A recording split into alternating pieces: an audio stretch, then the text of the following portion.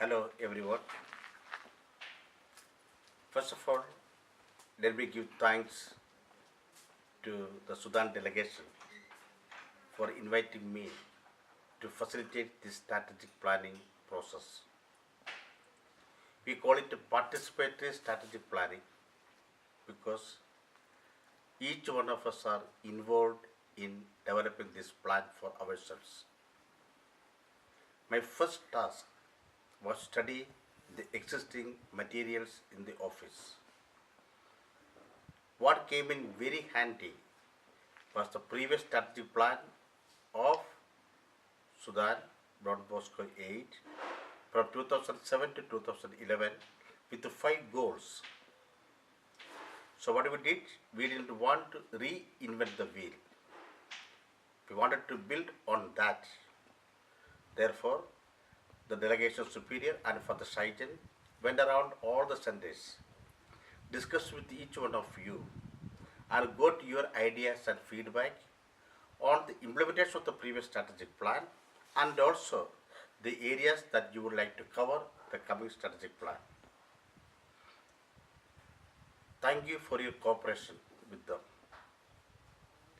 Your answers, your filling up of the formats, the time you have taken to write all the answers have paid dividends in the form of the coming strategic plan document. The intensive reflection we had on 27th and 20th December 2017 and the active participation of your 6 representatives brought out this document very meaningful. We had the people with a lot of experience. We had the people with the experience in the relief sector. We had the communication experienced people. We had the management experienced gurus. And out of these 6, 2 were the previous delegation superiors. The welfare of the development of the region or the delegation is their dream. So I hope this strategy plan, which I am going to present to you, will enable you to give an idea of what is your dreams. No point has come from me. I have only facilitated, only put together all that you have sent through the representatives. First of all, I'd like to see the evaluation of the existing strategic plan, which is 7 to 11. Lot of good things has been done. Unfortunately, we are not able to quantify them because we identified we need to strengthen our documentation system. So once we have the documentation system in place, we will be able to quantify the changes. At the same time, we have the records. We have the means of verification to show we are working, to show our apostolate, to show how we put into practice our celestial charism. Lot of suggestions have come from you. So therefore, we sat down with your suggestions and professionally we identified our vision, our mission, our goals and our strategies. So the vision which is being articulated is a just society based on the gospel values of justice, peace and dignity and celestial charism of fraternal solidarity for all people with a special focus on the overall development of the youth at risk. This has been reiterated by the representatives here and it has been adopted at the vision of Boscoaid. From the vision we derive the mission. What is that we are going to do? The mission derived for us, for ourselves is Restore the dignity of the poor and the marginalized through a holistic empowerment process focusing on the areas of education, health, environment, food security, vocational skills, life skills, social communication, and infrastructure facilities like electricity, water, sanitation, and housing in partnership with like-minded organizations.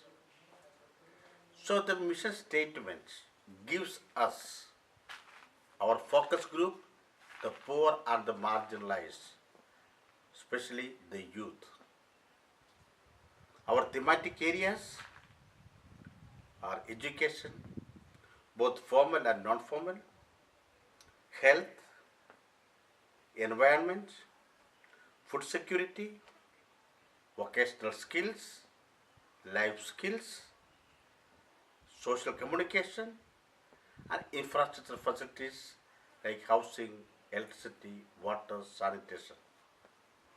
So this gives a direction for us, a perspective for Bosco age. We call it Vision 2030. So the perspective of Vision 2030, that is go along with the sustainable development goals.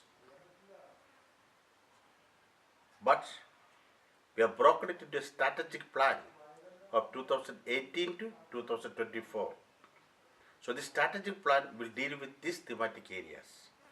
And we have been able to come out with 10 goals taken out of our mission statements. These 10 goals are: goal number 1 is on education. Promotion of education focusing on the poor and the marginalized in all the Don Bosco centers in Sudan and South Sudan. This is the first goal. We have developed some objectives for this goal. The objectives are: ensure access to education for the poor and the marginalized by constructing schools and colleges where it is needed. Promote scholarship scheme to enable continuous education of the deserving school college going students. Promote gender equity in the promotion of education. Promote access to transportation for school and college going students. Promote boarding houses where the target population is far spread, and promote inclusive education. The strategies identified for this project are: to organize teachers training program on pedagogical and technical matters, recruitment of the qualified and experienced teachers, periodic curriculum design based on competencies, organize awareness workshops for motivation of the parents and students, providing equipment and furniture where required, develop parameters for scholarship program and find avenues for fund mobilization, seeking collaboration from our selection partners and others for catering to the needs of gender equity, identify possible collaboration with the government and other organizations for promoting quality education. Goal number 2, labor integration. This deals with promotion of vocational training centers, which is one of our core competencies.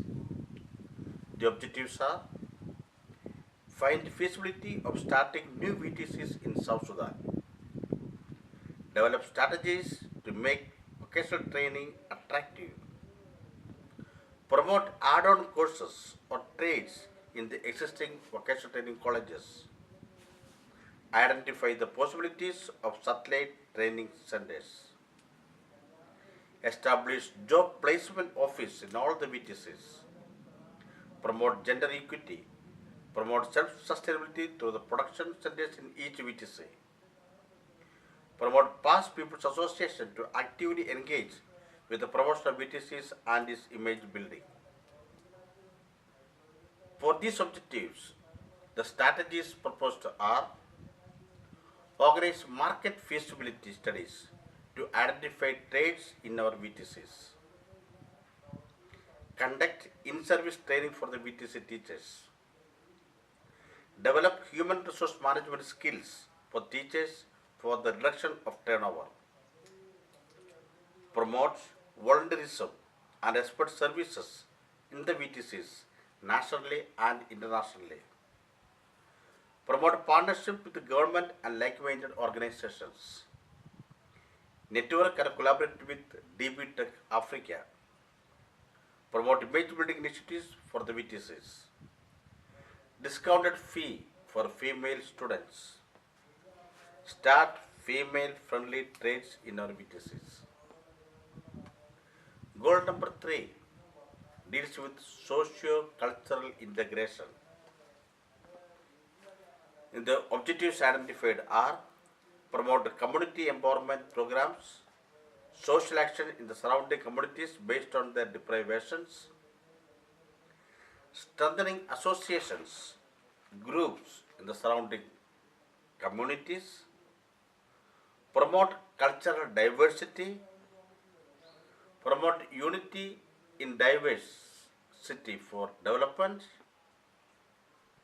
And the strategies identified are: identify the deprivations through gap analysis, which is done through a situational assessment of the areas we are working. The same areas, not only the gap analysis, we also undertake a capacity assessment.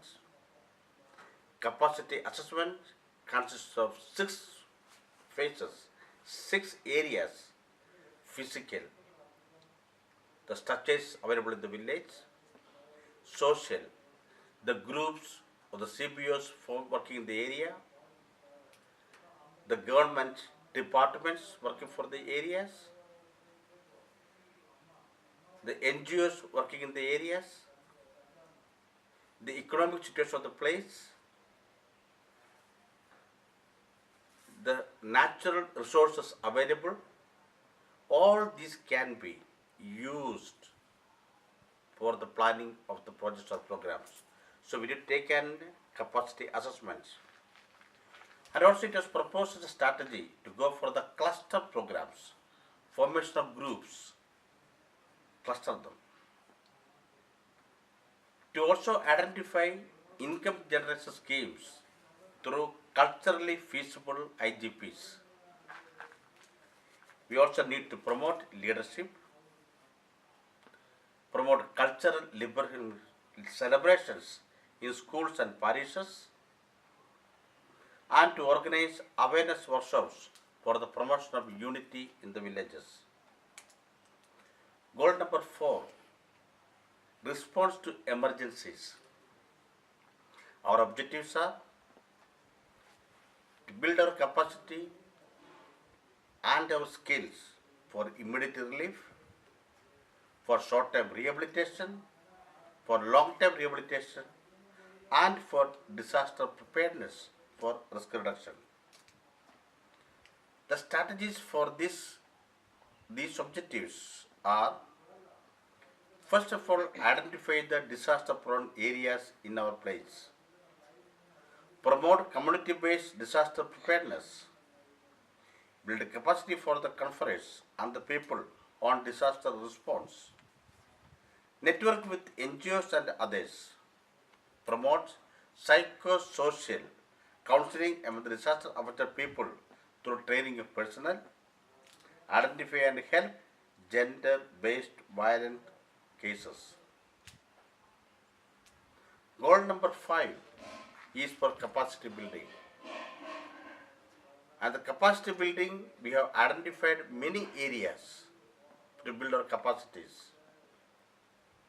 In all our goals, for the management, program cycle management, the finance management, monitoring and evaluation systems, documentation, reporting, designing the projects. For all this we need capacities.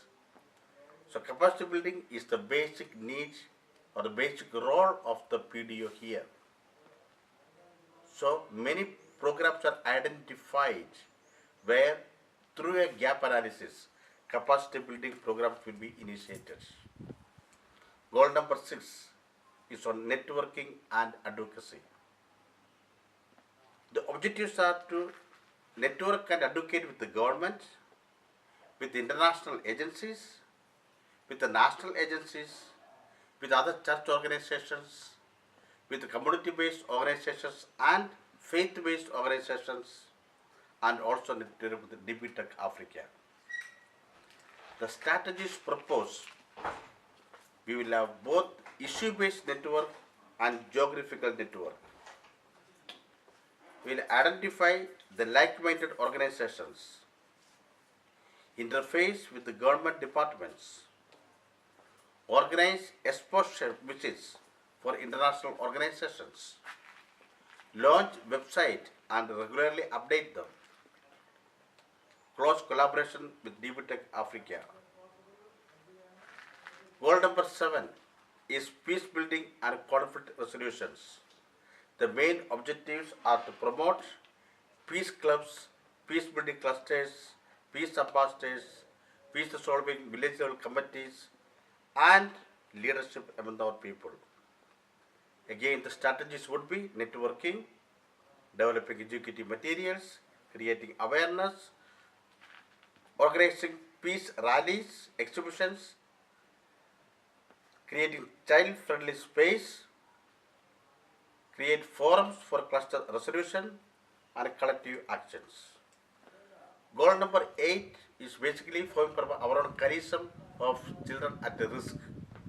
So we identified street children as a group. Promote rehabilitation centers, drop-in centers, reintegration into the families, education both formal and non-formal, basic health care and sanitation, cultural integration, promotion de-addiction programs. Goal number 9 is for the promotion of community health, in which we promote all the infrastructure facilities for potable water, to sanitation, health and hygiene, prevention of communicable diseases, reduction in IMR, MMR, immunization promotion will be the basic activities. We have also added goal number 10, the care of creation. Here we try to promote the ecological balance, organic agriculture practices, kitchen gardens, soil and water management, afforestation, free from plastics, and waste management systems. We will be linking with like-minded organizations for this. As a follow-up, the way forward, the Partner Development Office needs to develop 16 types of policies or thematic areas. For each of the area, we can develop policies. The partnership will send you the goals, objectives, and strategies. We have not developed the activities. The activities have to come from you. So therefore, based on these goals, these objectives and strategies, whatever you decide, whatever you plan with your community, kindly identify the projects. And that will be facilitated by the PDO office in order to develop project proposals and bring change in the community. Thank you so much.